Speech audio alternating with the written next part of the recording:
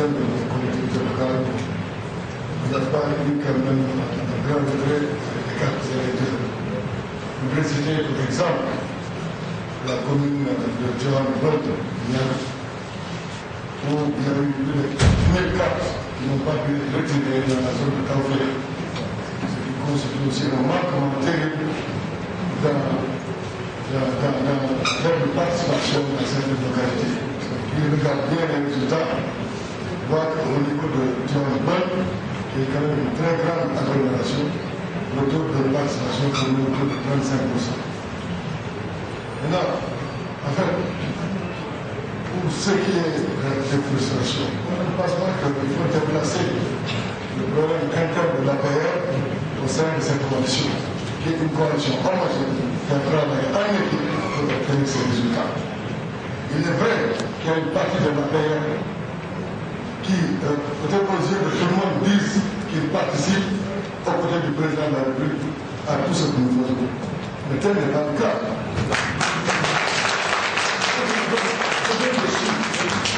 Je donne des chiffres et vous pouvez le constater.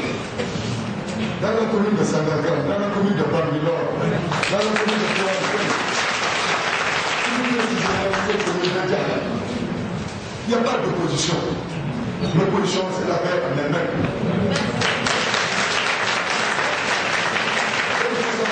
Les choses, au moment où nous tenons cette conférence de presse de la coalition du courant de lui et les alliés du président de la République qui travaillent pour le président de la République, il y a ceux qui s'opposent en interne aux responsables de la paix qui sont en train d'organiser une conférence de presse. Est-ce que ces gens-là qui ont donné des mots d'ordre? Moi je trouve impossible, et le ministre est là. Comment Sandakan, qui n'a pas une opposition formelle, pour avoir 952 noms.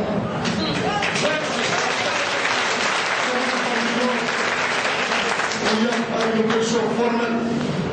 Il n'y a pas d'opposition à Bambilor. On ne peut pas donner à Bambilor. Comment Bambilor peut avoir 5000 voix de non? Non, c'est le problème, c'est l'APR. Et il ne faudrait pas qu'on déplace le problème de l'APR ici, dans le cadre de cette coalition homogène qui travaille quand même.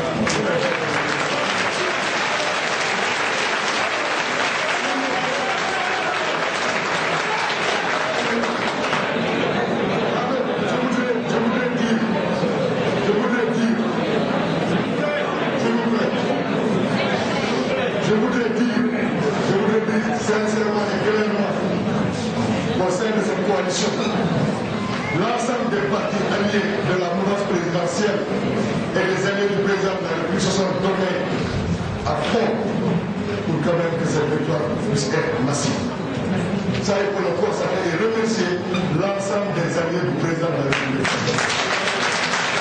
En ce qui concerne maintenant le problème interne de la paix, notre mot d'ordre au niveau de la direction du parti a été très bien suivi par les responsables quand même qui savent analyser les décisions d'un parti souverain et républicain. Le reste maintenant, c'est un problème interne et nous en tirerons des conséquences. Ce qu'il faut dire, c'est alerter au président de la République. Merci. Là, c'est un appel au président de la République pour qu'il règle le problème interne de la paix.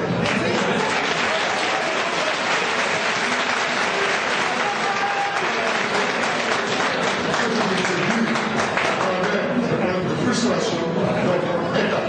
Pour nous, il n'y a pas de frustration. Il y a des responsables un peu zélés qui se démarquent de la position officielle d'un parti et d'une coalition qui travaille pour quand même la vision du président de la République prévisée au sein de ce département. Je voudrais carrément vous dire.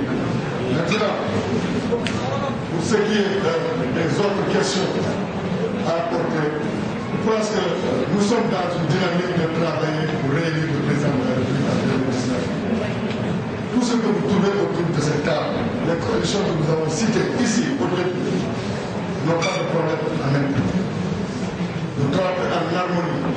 Et c'est l'occasion de remercier tous ceux que je n'ai pas pu citer tout à l'heure et qui ont fait un excellent travail. Je voudrais parler de Mamba Ndoye, de Hélène Diop, de Dunia, de Galassek, de l'AFP, de Baïdjen Semé, de Sababa, de la SFP, de la jeunesse féminine et masculine ici présente, mais surtout de deux personnes qui ont passé la nuit hier, qui n'ont pas dormi. Je parle de El Abiaïsa et Anton Sow.